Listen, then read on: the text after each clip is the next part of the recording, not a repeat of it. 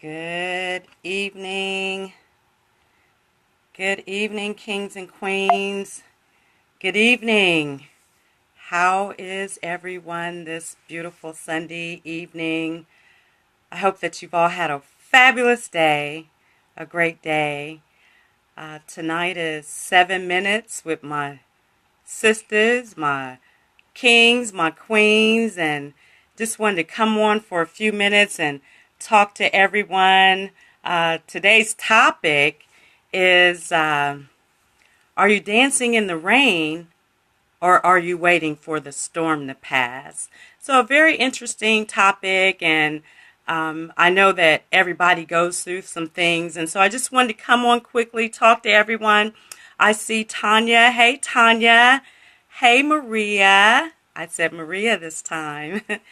Hey, cousins, I love you all very much, and not going to be long. Today's topic, are you dancing in the rain or waiting for the storm to pass? So I remember being a child, and every time there was a storm, my mother would be like, I want all of you on the couch. She'd cut off the lights. She'd cut off the TVs, everything. We just sat on the couch. We were still. We did not move when a storm came. That's how my mother operated. I don't know if it was her fear of storms that made her do this. However, while we were sitting waiting for that storm to pass, there was nothing for us to say. There was nothing for us to do. So, of course, this topic is, pretty near and dear to me. Being young, I felt that a storm was horrible. But when the storm passed away, once it passed over, we were right back to our normal routine. So today I want to tell you about the storms that make you grow. Not all storms are bad storms, and it wasn't until I was an adult that I actually realized this. So let me share with you some of my storms, and that way you won't say, well, what does she know about a storm? Every time we see her, her lashes is done, her hair is done. Let me tell you about some storms that I've had. My youngest son's father was murdered when I was 26 years old. Having to explain that to a child and try to gather from my own comprehension of it, it was really hard. It was hard.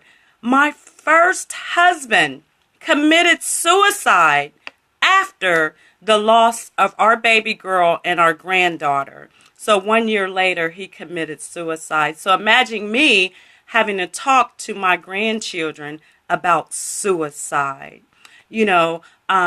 I've raised my grandson, as many of you know. I've had Kamir for 7 years now.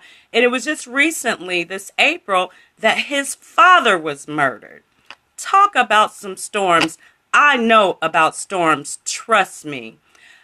I've gone through homelessness. I've gone through food insecurities. I've been there. I've done that. I know about heartbreak. I know about letdowns, But the one thing that I also know about is how to dance during a storm.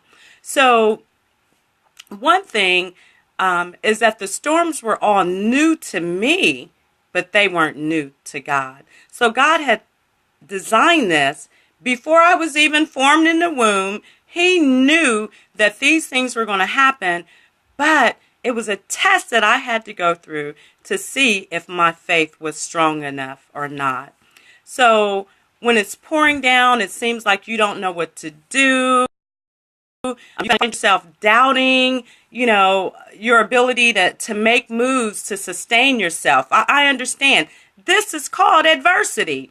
And adversity are misfortunes and difficulties. And if you got one friend that tells you that they don't have them, they lying to you. That's not a fact. Everyone is going to go through something. Just like we have heart and lungs, everybody has adversities. Yet, we need to know that troubles don't last always. They never last always. When you hear the voice of God saying, "Peace, be still," that's when you know that the clouds are going to move away, the storm is going to dry up. The puddles are going to dry up. God will say, peace, be still, and you will no longer be faced with that storm. So I want to tell you 3 things today. 3 things about how to dance in the rain when you're in the storm. So number one is gratitude. You got to be grateful for what you have. If you go in your refrigerator right now and all you have is a bottle of water and a few eggs, you got to be grateful for everything that you have, simply because there are some people that you would not want to trade places with at this time. So number 1, be grateful, because things could be a lot worse while you're in the storm. Number 2, simply pray in the storm. I can imagine us sitting on the couch lined up when the storm was coming and my mother saying, I want y'all to be quiet. I wonder if she prayed.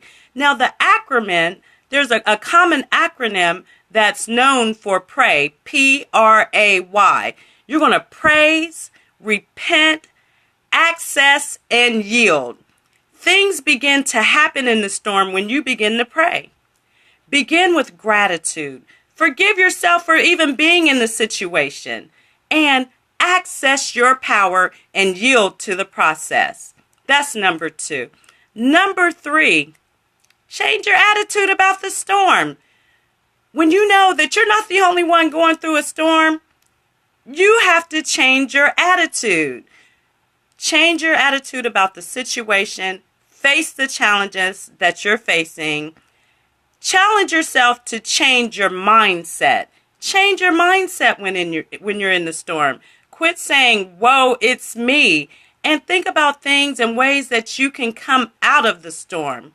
Greatness is for you. Increase your faith.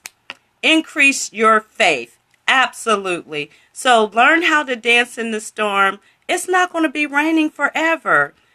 Know that there's someone else that has it worse off than you, and pray your way out.